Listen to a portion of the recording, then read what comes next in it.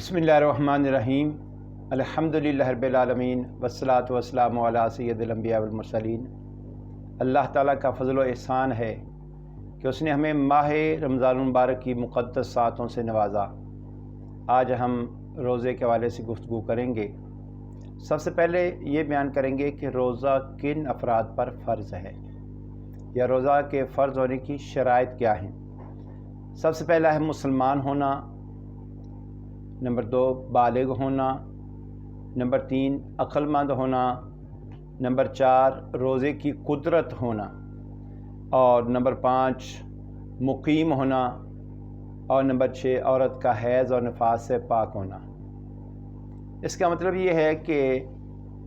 اگر بچہ جو ہے اس پر روزہ فرض نہیں، لیکن بچہ اگر روزہ رکھ سکتا ہو تو اسے رکھانا چاہیے، اور اگر وہ رکھے گا تو قبول ہو جائے گا۔ اسی طرح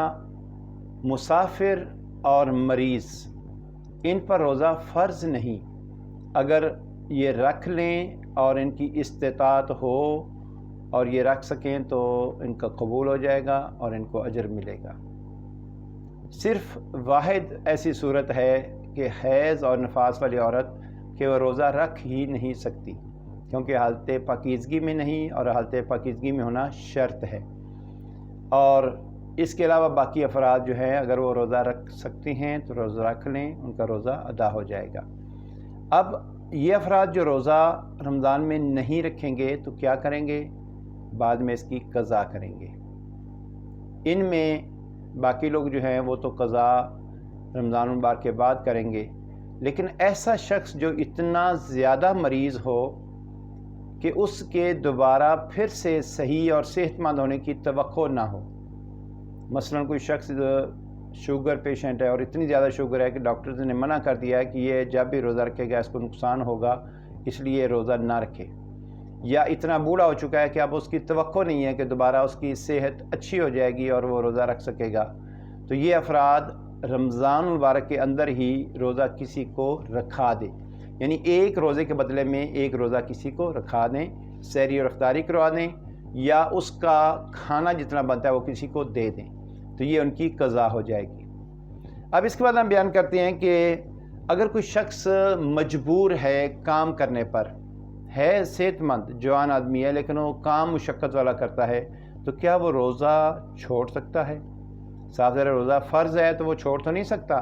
لیکن یہ کہ روزہ مؤخر کر سکتا ہے کہ یعنی رمضان میں روزہ نہ رکھے لیکن بعد میں کسی مناسب وقت میں روزہ رکھ لے۔ اس پر بھی فقہا نے اجازت دی ہے، کیونکہ مشقت ہونا اسی طرح ہے جیسے مریض ہونا یا مسافر ہونا، تو اس کی استطاعت نہیں ہے، کیونکہ اگر وہ کام چھوڑ کے گھر بیٹھ کے روزہ رکھے گا تو صاف ظاہر ہے کہ اس کا گزارا کیسے چلے گا، اور اگر وہ کام کرے گا تو اتنی مشقت میں پڑ جاتا ہے کہ جان کو خطرہ ہے، یعنی اتنی مشقت والا کام ہو تو اس حالت میں اس کو اجازت ہے، روزہ چھوڑ سکتا ہے، لیکن بعد میں کسی مناسب وقت میں روزے کی قضا کرے گا۔ اب اس کے بعد یہ ہے کہ جی روزہ جو ہے وہ کن امور سے ٹوٹ جاتا ہے۔ روزہ نام ہے کھانے پینے اور شہوت سے رک جانے کا، اس لیے کوئی بھی ایسا فعل کیا یعنی کھایا پیا یا شہوت پوری کی تو اس سے روزہ ٹوٹ جائے گا، یہ تو واضح ہو گیا۔ اب کچھ امور ایسے ہوتے ہیں، مثلا ایک شخص نے کھایا نہیں ہے لیکن اس کے منہ میں جب کھانا کھایا تو کچھ چیز پھنس گئی تھی جو ایک چنے کے برابر تھی، روٹی کا ٹکڑا یا گوشت کا یا کوئی چیز کسی کا، اور اس نے وہ منہ کے اندر سے پھر پیٹ کے اندر لے گیا، تو صاف ظاہر ہے کہ یہ بھی کھانے کی طرح ہو گیا، روزہ اس سے فاسد ہو گیا۔ تمباکو نوشی، خواہ وہ سگریٹ ہو، حقہ نوشی ہو، یا کوئی بھی تمباکو نوشی کی شکل ہو تو اس سے روزہ فاسد ہو جاتا ہے۔ اسی طرح خطا سے، یعنی ایک ذہن میں رکھیں کہ نسیان سے روزہ نہیں ٹوٹتا، بھول کر جتنا چاہے انسان کھا پی لے اس سے روزہ نہیں ٹوٹے گا، لیکن آپ کو یاد ہے کہ آپ کا روزہ ہے اور آپ کلی کرنے لگے یا ناک میں پانی ڈالنے لگے اور اتنا زیادہ پانی ڈالا، بے احتیاطی ہو گئی کہ جس کی وجہ سے پانی اندر چلا گیا تو روزہ ٹوٹ گیا، یعنی خطا غلطی آپ کی تھی، آپ کو پتہ تھا کہ آپ کا روزہ ہے اور پھر آپ سے غفلت ہوئی تو اس وجہ سے روزہ ٹوٹ جاتا ہے۔ بھول کر کھا پی لینے، جتنے چاہیں کھا پی لیں اس سے روزہ نہیں ٹوٹتا، تو یہ دو مسائل میں کنفیوژن کئی دفعہ ہو جاتی ہے، تو یہ کنفیوژن نہیں ہونی چاہیے۔ اس طریقے سے پانی میں ڈبکی لگائی غوطہ آ گیا اور پانی اندر چلا گیا تو اس کی وجہ سے بھی روزہ فاسد ہو جاتا ہے۔ اس کے علاوہ قے اگر خود آ جائے،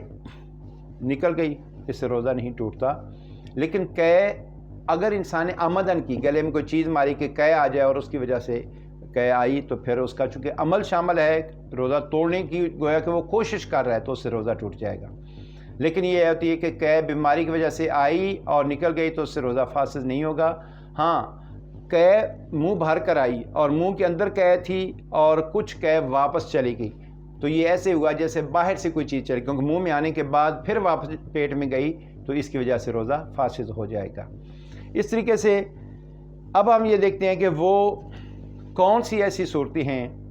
اب اس کے علاوہ خواتین کے لیے ایک مسئلہ ہے، یہ ذہن میں رکھیں کہ خاتون نے روزہ رکھا حالت پاکیزگی میں، اب دن کے وقت اس کو حیض یا نفاس آ گیا، یعنی خون حیض آ گیا یا نفاس آ گیا، بچہ پیدا ہوا اور اس کی وجہ سے خون آیا، تو اس وجہ سے اس عورت کا روزہ فاسد ہو جائے گا، بے شک افطاری سے تھوڑی دیر پہلے ہو۔ اور اس کے ساتھ یہ مسئلہ ذہن میں رکھ لیں، خواتین کے لیے اہم مسئلہ ہے کہ حیض اور نفاس کے علاوہ ایک خون ہوتا ہے استحاضہ کا، یعنی بیماری کا خون۔ بیماری کے خون سے روزہ نہیں ٹوٹتا، اگر اس کو خون گاہے گاہے آتا رہتا ہے تو وہ نہ تو حالت ناپاکی میں ہوگی، صاف ظاہر کہ وضو شضو کرے، نماز بھی پڑھے اور اسی طریقے سے روزہ بھی رکھے، لیکن حیض اور نفاس آنے کی وجہ سے روزہ فاسد ہو جاتا ہے۔ یہاں ایک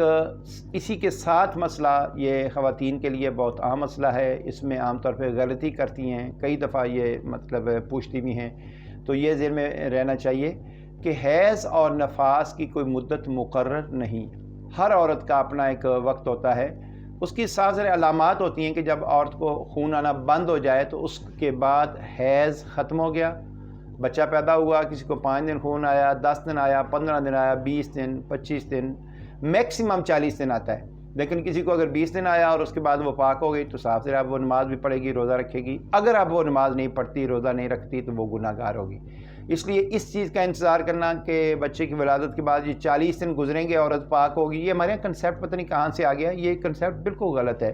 40 دن میکسیمم مدت ہے، نہ یہ کہ ہر ایک عورت کی 40 دن ہے۔ عام طور پہ کہتے ہیں جی عورت نے ابھی چھلا نہیں نہایا اور وہ چھلا نہاتی ہے، کپڑے صاف کرتی ہے، گھر بار کو صاف کرتی ہے، کہتے ہیں جی عورت نے اب گویا کہ وہ پاکیزگی حاصل کی ہے، تو پاکیزگی 10 دن بعد بھی حاصل ہو سکتی ہے، ہو سکتا ہے 20 دن بعد حاصل ہو جائے۔ تو اس کا خیال رکھیں کہ اگر حیض و نفاس کا خون رک جائے تو عورت پر روزہ فرض ہو جاتا ہے، حتیٰ کہ فجر کے وقت سے پہلے، یعنی سحری ختم ہونے سے پہلے اگر حیض و نفاس ختم ہو گیا اور چند منٹ اس کے پاس باقی ہیں تو نیت کرے، جتنی وہ سحری کر سکتی ہے وہ سحری کرے، اور اس کے بعد وہ بے شک غسل بعد میں کر لے، لیکن یہ کہ روزہ اس دن کا بھی اس پر لازم ہے، وہ روزہ رکھے گی۔ اس کے بعد یہ ہیں کہ روزہ کے مکروہات کیا ہیں۔ بعض امور ایسے ہیں کہ جن سے روزہ مکروہ ہو جاتا ہے، فاسد نہیں ہوتا۔ مثلا ایک تو یہ کہ کھانے پینے والی چیزوں کی للچائی ہوئی نظروں سے کھانے پینے کی چیزوں کی طرف دیکھتے رہنا، یا شہوت والی چیزوں کی طرف دیکھنا، اس سے بھی روزہ فاسد ہو جاتا ہے۔ گویا کہ آپ ایک چیز کھانے کی طرف مائل ہو رہے ہیں، کھانے کو دیکھتے ہیں، اور اس سے ہو سکتا ہے کھانے کی طرف مائل ہوں اور کھانے آپ روزہ ہی توڑ بیٹھیں، تو ان چیزوں کی طرف توجہ نہیں کرنی۔ دوسرا، اگر آپ نے جو چیزیں استعمال کرنے والی ہیں، مثلا مسواک سے روزہ نہیں ٹوٹتا۔ اب یہ کہ مسواک کی جگہ پر اگر کسی نے، یہ بھی ایک سوال ہے، پوچھتے ہیں کہ اگر کسی نے ٹوتھ پیسٹ کر لیا تو کیا روزہ ٹوٹ جائے گا؟ بعض نے تو بہت شدت سے کہا کہ روزہ ہی ٹوٹ جائے گا کیونکہ یہ کیمیکل ہے اور جیسے منہ میں آپ ڈالیں گے ٹوٹ جائے گا۔ بعض نے کہا جی بالکل نہیں ٹوٹتا، لیکن یہ اس کے بارے میں اکثر فقہاء کی رائے یہی ہے، اکثر علماء کرام یہ کہتے ہیں کہ مسواک کی اجازت ہے، ٹوتھ پیسٹ مجبوری نہیں ہے، آپ مسواک کر لیں، لیکن یہ کہ ٹوتھ پیسٹ اگر کیا تو اس سے روزہ مکروہ ہو جاتا ہے، کیونکہ اس کا گلے میں کچھ نہ کچھ آپ کو ذائقہ محسوس ہوتا ہے، اور جب ذائقہ محسوس ہوتا ہے تو اس کا مطلب یہ ہے کہ وہ آپ کی کراہت والی بات ہے، اور واقعی اگر ٹوتھ پیسٹ گلے میں چلا گیا تو پھر تو روزہ فاسد ہو جائے گا۔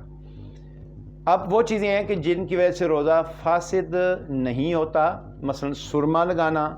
مسواک کرنا جیسے ہم نے کہہ دیا ہے، تو یہ ایسی چیزیں ہیں۔ جسم پر تیل لگانا، سر پہ تیل لگانا، جسم پہ تیل لگا دینا،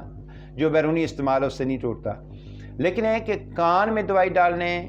ناک میں دوائی ڈالنے اور آنکھ میں دوائی ڈالنے، اس بارے میں حکم سن لیں، اس میں کچھ اختلاف ہے۔ بعض نے کہا کہ ناک میں تو ڈالنے سے ٹوٹ جاتا ہے، کیونکہ ناک کا براہ راست تعلق حلق کے ساتھ ہے اور حلق میں وہ چیز چلی جائے گی۔ کان میں اور آنکھ میں دوائی ڈالنے کے حوالے سے بعض نے کہا کہ ٹوٹ جاتا ہے، بعض نے کہا نہیں ٹوٹتا، بعض نے کہا مکروہ ہے۔ لیکن اس میں احتیاط یہی ہے کہ آپ دوائی نہ ڈالیں، ڈراپس وغیرہ نہ ڈالیں۔ اس میں اندیشہ یہ ہوتا ہے، جیسے آپ نے دیکھا کہ آنکھوں میں ڈراپس ڈالیں تو اس کا اثر گلے میں محسوس ہوتا ہے، تو احتیاط کرنی چاہیے اس سے۔ اس کے بعد مکروہات میں سے اور کیا چیز ہے؟ مکروہات میں سے ایک یہ بھی ہے کہ آپ کوئی ایسا قول، کوئی ایسا فعل نہ کریں، کوئی گندی بات نہ کریں، کوئی لچر پان بات نہ کریں، غیبت، جھوٹ بولنا، یہ ساری چیزیں کراہت، اور اس سے روزہ جو ہے آپ اثر پڑتا ہے اس پہ۔ ایسے موسیقی سننا یا کوئی فوش چیز دیکھنا، تو روزہ جو ہے وہ صرف پیٹ کا نہیں ہوتا بلکہ ان چیزوں کا بھی روزہ ہوتا ہے، تو آپ ان اعضاء کو بھی بری چیزوں سے بچائیں۔ اللہ تعالیٰ کی بارگاہ میں دعا ہے کہ اللہ تعالیٰ ہمیں روزہ صحیح طرح رکھنے کی توفیق عطا فرمائے اور ماہ رمضان المبارک کی سعادتیں نصیب فرمائے۔ وما علینا الا البلاغ۔